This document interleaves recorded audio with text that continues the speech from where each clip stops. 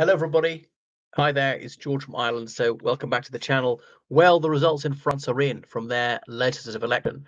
So, President Emmanuel Macron made the very ill-advised decision to call this election prematurely. When his party and those favourable to him had lost the local elections, why on earth did he imagine it was going to go so well at the legislative level? So, he idiotically did this. And he's the guy who's hailed as a genius because he went to École Nationale d'Administration. Anyway, so him and his former teacher wife, they've been there in the Elysee Palace. Now, had the sexes been reversed, had it been a male teacher who was having a romantic liaison with his female people, people would have branded him an absolute monster. But somehow it's the other way around. I mean, partly there's a different era, the 90s, when he was up to that stuff with his now wife. But anyway, so the left-wing coalition has managed to keep Rassemblement National from winning. And that actually confounded the predictions of many people. Even those who absolutely abominated Rassemblement National thought that RN was going to win. So Gabriel Attal, the very young prime minister, he's been asked to stay on post by Emmanuel Macron. And the prime minister, incidentally, is the very first gay person to hold that office in France. But France is perhaps the most gay-friendly country in the world. Remember, since the Napoleonic Code, they only once briefly had laws criminalizing homosexuality from the Vichy period into the Gaullist period. Strange, actually strengthened after the war. Um, well, for a long time, homosexual acts were legal in France when they're illegal almost everywhere else in the world. So obviously, it's no bad thing that there's a gay prime minister. But yeah, so what happened is in the first round, Rassemblement National won. But remember, in France, unless you get over 50% of constituency, it goes to a second round with the top two, or some cases three candidates go forward. But everyone who's against Rassemblement National was able to work out a deal in almost all the constituencies, but for one candidate. And therefore, it was negative voting, people voting on the basis of who they're against, not who they're for. But this far left coalition is scarcely more desirable than Rassemblement National. Everybody says RN is racist. Now, in the old days, it was La Front National. It really was racist. Their leader, Jean-Marie Le Pen, making all sorts of flagrantly racist comments, wanting to deport all foreigners from France, and not accepting that black people were French when they're French citizens, just atrocious things like that. So, but he's actually still alive, and he's in his 90s.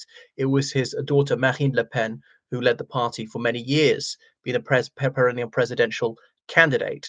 So although RN have not got the majority, thought they could get the government for the very first time ever, they're going to remain a significant force in France. I mean, I don't see them winning the presidency next time. The surprising thing is, why do they do so well? The economy's not doing too badly. There are not that many strikes.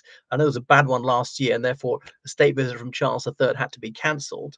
But yeah, the situation is satisfactory, even if not actually good. They tend to feed off things going badly.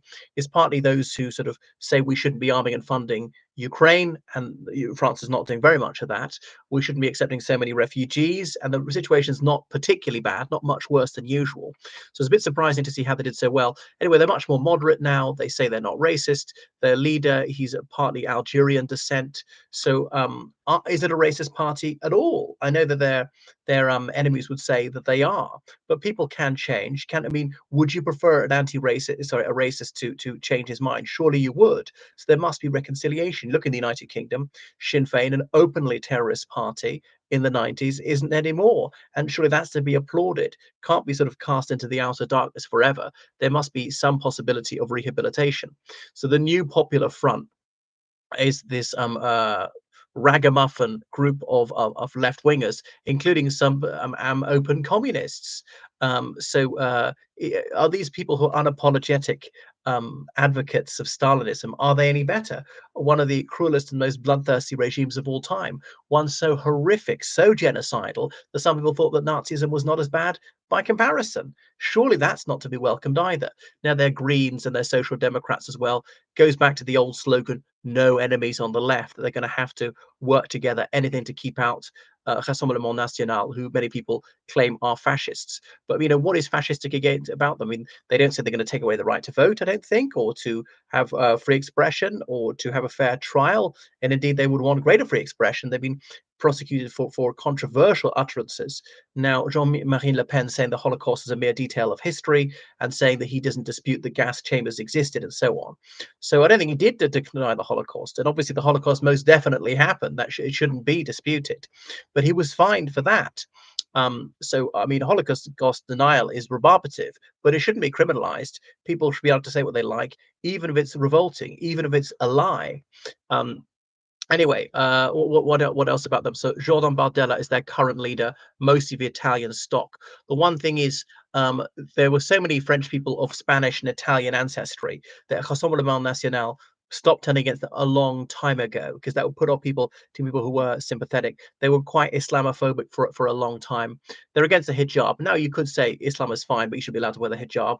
But face veils have been criminalized in France for about 10 years. So anyway, Rassemblement National has got over 10 million votes. They've won 143 seats in l'Assemblée Nationale. It's a 577 seat chamber, so you'd need 289 to form a majority. So they're well short of that. Anyway, so what's going to happen now? Is going to be difficult to have a functioning government, because they agree on one thing, all these leftist parties, that they abominate Rassemblement National, whom they consider beyond the pale. Nuh-uh, absolutely got to be kept out at any cost.